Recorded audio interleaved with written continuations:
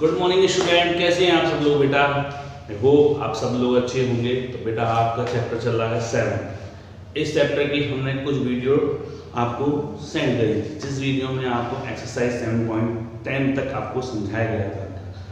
अब इस इंटीग्रेशन का सबसे मोस्ट इम्पोर्टेंट टॉपिक है some important properties of definite integral.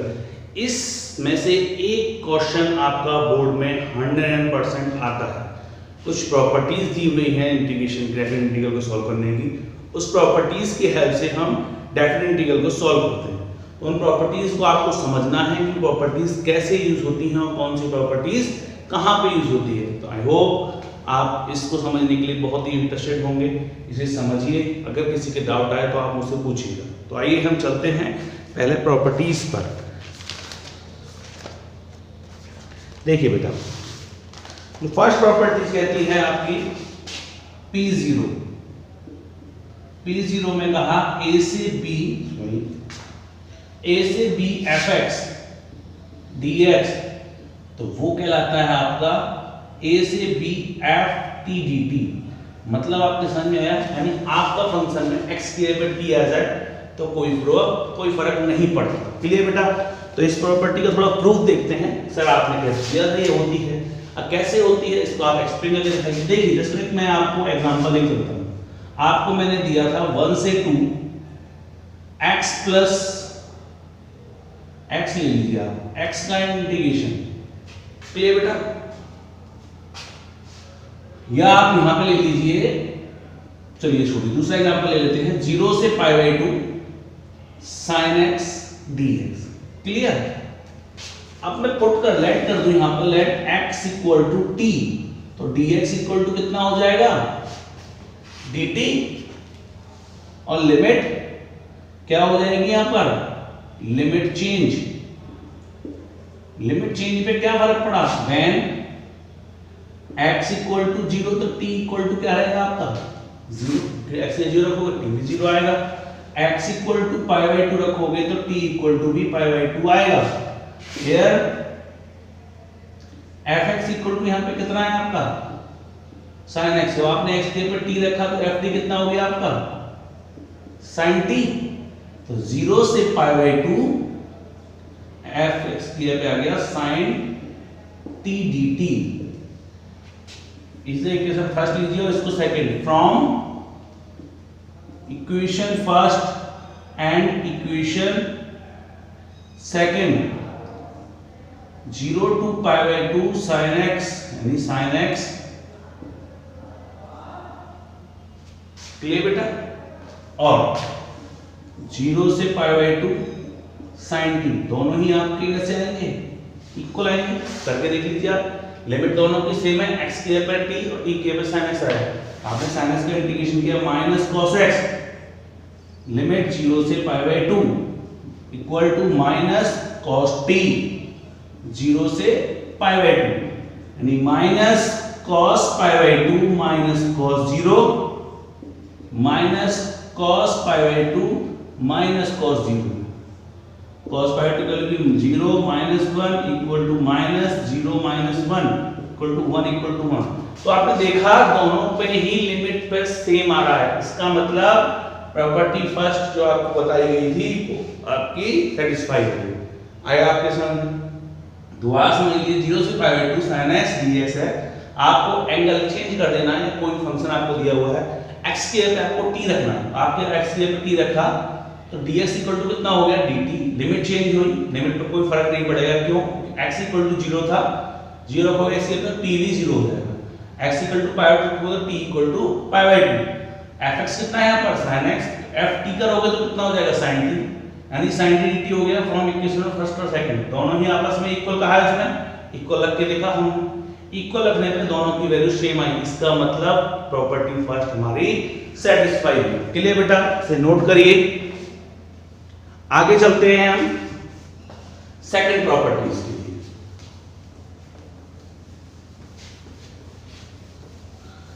याद रखिए बेटा, अगर आपने प्रॉपर्टीज को अच्छी तरह से नहीं समझा है तो आप कितना भी इसमें सिर मार लीजिए, आपको समझ में नहीं आएगा कि क्या करना है और क्या नहीं। इसकी फर्स्ट यानी सेकंड प्रॉपर्टी a से b f x d x equal to minus b से a f x d x हो जाता है। क्लियर बेटा, ये तो होता है। अब देखिए मैं इसको समझाता हूं। प्रॉपर्टी क्या कह रही है आपकी, अगर a से b f x d x है आपका, अगर आप प्रॉपर्टीज की लिमिट को आपस में चेंज कर दें तो साइन कैसा आ जाता है, माइनस का आ जाता है। सर देखते हैं एग्जांपल, आपको दिया मैंने 0 से π/2 sin x dx। क्लियर बेटा, अब आप इसका साइन x का इंटीग्रेशन किया आपने, माइनस cos x 0 से π/2 तो माइनस cos π/2 cos 0, cos π/2 की वैल्यू कितनी होती है, 0 माइनस 1 इक्वल टू 1 आ गया, ये तो आया। अगर इसको देखें, अगर मैं इसमें से ये देखिए 0 से अगर ये था माइनस लगा लिया, π/2 से 0 कर लिया मैंने, sin x dx किया, माइनस का integration minus cos x minus cos x π/2 से 0 minus minus plus cos 0 minus cos π/2 और cos 0 की value 1 minus 0 equal to 1। So f a limit a to b f x dx होता है वो किसके equal होता है, b to a f x dx के। यही आपको दिखाया। क्लियर, इसका यूज मोस्टली क्या करते हैं, कभी अपर लिमिट आपकी बड़ी दे रखी है तो छोटी दे रखी है, लोअर लिमिट आपकी बड़ी दे रखी है, अपर लिमिट छोटी दे रखी है, तब क्या करते हैं आप माइनस कॉमन लेके लिमिट को आप एक्सचेंज कर लेते हैं। क्यों, क्योंकि आपको मोस्टली पता होना चाहिए कि अपर लिमिट हमेशा बड़ी होती है। क्लियर बेटा, बात समझ में आई आपके। आगे चलते हैं, हम इसको नोट करिए। थर्ड प्रॉपर्टीज को हम समझते हैं 0 से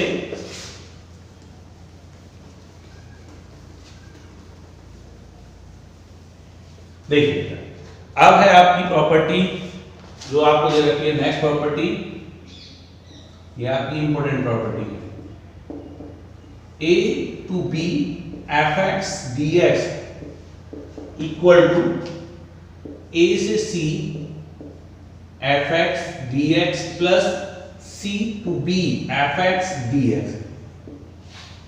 where a c की जो वैल्यू होती है वो a से तो बड़ी होती है बट b से छोटी। सर अब हम कैसे पता करें कि सर आपने तो कह दिया कि c है तो कैसे आएगा c, तो बेटा इसको समझने का सबसे तरीका, इस प्रॉपर्टी का यूज हमेशा किसके लिए होता है, मॉडुलस फंक्शन के लिए। याद रखिएगा, इस लिमिट यानी इस प्रॉपर्टी का यूज करना है वो आपको कहां करेंगे, मॉडुलस फंक्शन के लिए। जैसे कि एग्जांपल लेकर समझाता हूं आपको। एक मैंने आपको इंटीग्रेशन दिया 0 to 8 integration x minus 3 dx है आपका मॉडुलस फंक्शन। अब आपको इसका इंटीग्रेशन करना है, तो आप इसका इंटीग्रेशन करेंगे तो सर c लाना है। c लाने के लिए आपको पता है, मॉडुलस आपको पता है, मॉडुलस की वैल्यू हमेशा पॉजिटिव आती है। तो आपने वही किया, if x minus 3 greater than equal to 0, x की वैल्यू ग्रेटर देन कब हो जाएगी 3, यानी x की वैल्यू 0 से बड़ी कब होगी, जब x की वैल्यू 3 से बड़ी होगी। तो हमने इस ब्रेक किया इस लिमिट को 0 से 3, जब हम इसकी 3 से छोटी ले रहे हैं, लिमिट अब लोअर लिमिट 3 0 है और अपर लिमिट कितनी 3, तो इसका मतलब क्या हो रहा है कि जो वैल्यू आ रही है लिमिट की हम ले रहे हैं वो किसके बीच में ले रहे हैं, 0 और 3, यानी आपका इंटरवल इस तरह से बन गया, ये 0 आपने 3 रखा और ये आपका 8, तो ये इसका लोअर पार्ट हो गया, ये इसका अपर पार्ट। यानी इस वाले फंक्शन के लिए फंक्शन कैसा होगा, नेगेटिव, और इस वाले के लिए पॉजिटिव। इसमें आप माइनस लगा लेंगे और साइन डिटरमिनेंट का उसका मॉडुलस का आप हटा दीजिए। क्लियर, प्लस 3 से फिर 8, यहां से यहां तक 3 to 8 x minus 3 dx। Same आपने आपको जब 6th चैप्टर में इंक्रीजिंग डिक्रीजिंग पढ़ा था, सेम वही करना होता है आपको। पहले जो फंक्शन दिया है उसको ग्रेटर इक्वल टू 0 रखिए, उससे x की वैल्यू आ जाएगी, उसे पार्ट में दीजिए लिमिट दी है। उसके बाद इसके लेफ्ट साइड में चलेंगे आप तो वहां पर आपकी वैल्यू कैसी हो रही है, डिक्रीज, तो इसलिए साइन माइनस का। आप राइट साइड जा रहे हैं तो आपका पार्ट कैसा हो रहा है, इंक्रीज, तो साइन आपका पॉजिटिव। अब इसका आप इंटीग्रेशन करिए, माइनस x का integration x² 2 minus 3x 0 to 3 plus x² upon 2 minus 3x limit 3 to 8, then minus 9 upon 2 minus 9 plus 1 upon 2 are 64 minus 9 minus 3 8 minus 3 9 में से 9 बाई 2 गया तो minus 9 upon 2 ये आएगा into the 18 माइनस का और माइनस प्लस 64 में से 9 गया कितना हो जाएगा 55 then 55 upon 2 minus 5 3 या 15 then 9 upon 2 plus 2 take LCM 55 minus 30 9 upon 2 plus 25 upon 2 equal to 34 upon 2 answer कितना है आपका 70। तो बेटा आपके ये समझ में आया होगा कि मॉडुलस फंक्शन है उसका इंटीग्रेशन कैसे करते हैं। इसका मतलब उसका इंटीग्रेशन करने के लिए अगर डेफिनेट इंटीग्रल है आपको उसकी लिमिट के अकॉर्डिंग उसको चेंज करना पड़ेगा। चेंज करने के बाद उसमें सी आपको इस तरह से फाइंड आउट होगा। तो आपसे नोट करिए बेटा। आगे चलते हैं बेटा हम नेक्स्ट प्रॉपर्टी के लिए। तो नेक्स्ट प्रॉपर्टीज में आपको समझाया गया है बेटा, देखिए आपकी नेक्स्ट प्रॉपर्टी क्या कहती है, ये भी आपके लिए इंपॉर्टेंट प्रॉपर्टी है। a से b f(x) dx है, तो कहता है इसकी जो वैल्यू होती है वो किसके इक्वल होती है, f a plus b minus x के इक्वल होती है। ठीक है बेटा। तो ये इक्वल कैसे होती है, अब मैंने आपको एक एग्जांपल लेके समझाता हूं इसको भी।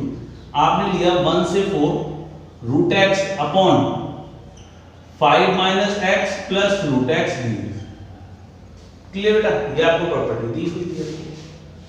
तो अगर आप इसको देखें, इसे आपने i के इक्वल लेके चले, फर्स्ट प्रॉपर्टी थी। अब आपने क्या किया, इसको इक्वेशन दे दिया फर्स्ट। बाय प्रॉपर्टी थर्ड, क्या कहती है प्रॉपर्टी थर्ड, कि दोनों लिमिट को ऐड कर लीजिए और उसमें से x माइनस कर दीजिए। f x जो था हमारा कितना था, ये था root x upon 5 minus x plus root x।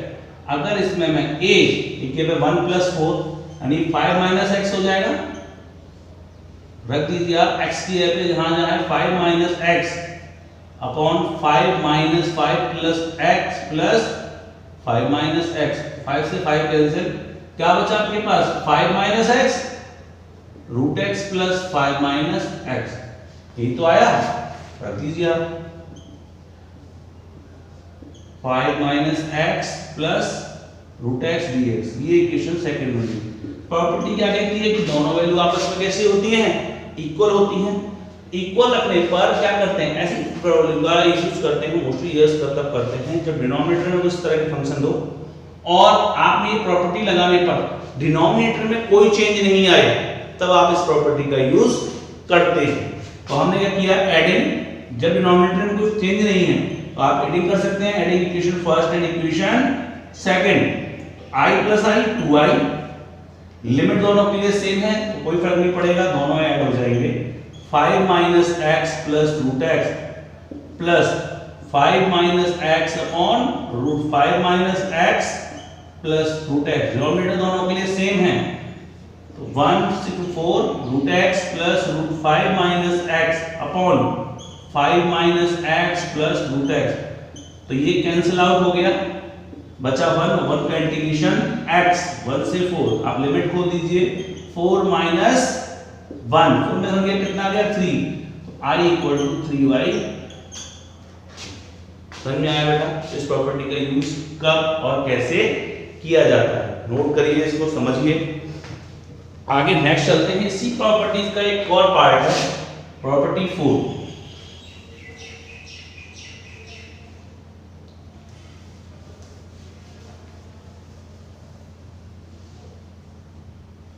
देखिए प्रॉपर्टी 4 जो है वो मोस्ट इंपोर्टेंट प्रॉपर्टी है आपकी। 0 to a fx dA equal to 0 to a f a minus x रख लीजिए। तो आप मोस्टली याद रखिएगा, मोस्ट इंपोर्टेंट लगा लीजिए आप इसकी प्रॉपर्टीज, क्योंकि इसी प्रॉपर्टीज पर मोस्टली सारे क्वेश्चन डिपेंड हैं। यानी आप इस प्रॉपर्टीज का यूज करना है, तो इसे यूज करने का तरीका क्या है, आपको एक फंक्शन दे देता हूं मैं, जैसे मैंने आपको दिया 0 से π/2 रूट में दिया sin x upon root sin x plus cos x। दोनों प्रॉपर्टीज वो थी और दोनों एक जैसी हैं। ठीक है बेटा, तो अब इसमें भी क्या किया, fx आपको ये दिया हुआ है, clear, where fx equal to, say equation first मान लीजिए, let i j equal fx equal to कितना है आपके पास, root sin x upon sin x plus cos x। Clear बेटा, अब हमने इसमें प्रॉपर्टी लगाई a माइनस x यानी π/2 minus x root sin π/2 minus x upon root sine में π/2 minus x plus cos π/2 minus x। sin 90 minus theta कितना होता है, cos x upon cos x plus sin। आया बेटा, डिनोमिनेटर में कोई फर्क नहीं हो रहा, वही सेम बाय प्रॉपर्टी 4। उस प्रॉपर्टी में a टू b दिया था, इसमें 0 टू a दिया है। 0 to π/2 sin 90 minus x upon sin 90 minus x plus cos 90 minus x dx। 0 to π/2 cos x upon root cos x plus sin x, adding equation first and equation second, दोनों को आपने क्या किया, add कर दिया। Then 2i equal to 0 to π/2 root sin x upon sin x plus cos x plus cos x upon root cos x plus sin x। तो आपने क्या देखा है, यहाँ डिनोमिनेटर दोनों के लिए कैसा है, सेम है।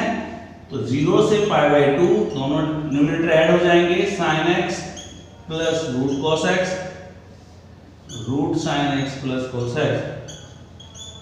इससे ये कैंसिल आउट हो गया, कितना बचा, 1 का इंटीग्रेशन x 0 से π/2 देन π/2 i की वैल्यू कितनी आ गई आपकी, π/4। तो समझ में आया होगा आप सबके किस तरह से इसका इंटीग्रेशन हम करते हैं और इस प्रॉपर्टी का यूज हम किस तरह से करते हैं। नोट करिए बेटा इसको।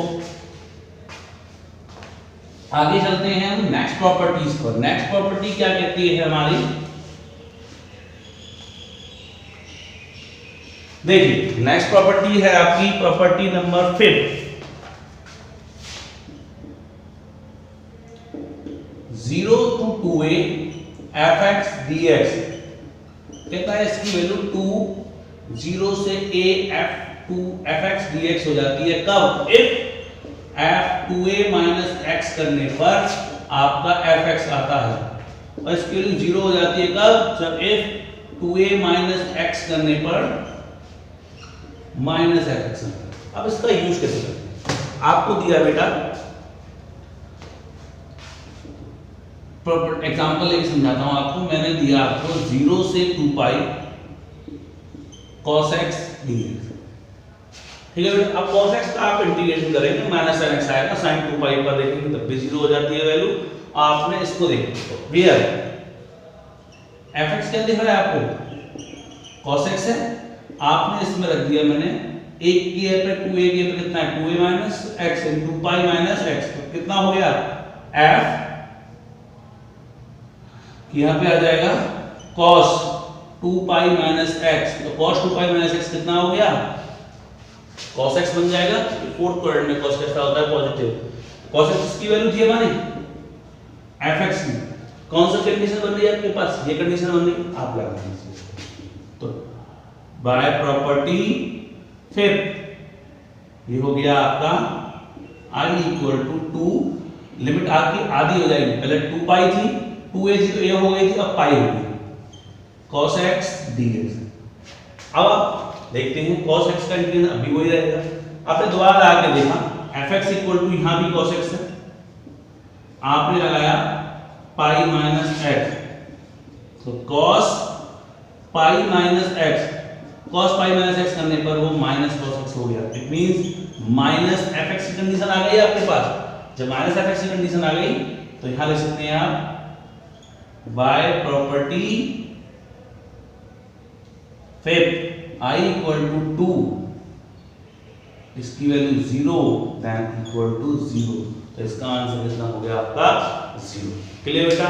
यानी आपको समझ में आया, जब आपको इस तरह से कंडीशन दे रखी है 0 से 2 पाई या 0 से ऐसा कोई फंक्शन आपको इसको इंटीग्रेशन करने में दिक्कत है, तो पहले आप करिए fx देखिए, फिर उसमें से उस लिमिट जो ऊपर अपर लिमिट दी है उस लिमिट में से x को माइनस करके देखिए फंक्शन में, तो अगर वही फंक्शन दोबारा बन जाता है तो आप क्या करते हैं 2 0 से पाई f cos ds लिख लेते हैं, फिर इसका नॉर्मल इंटीग्रेशन करना चाहे तो आप इंटीग्रेशन यहां से कर सकते थे।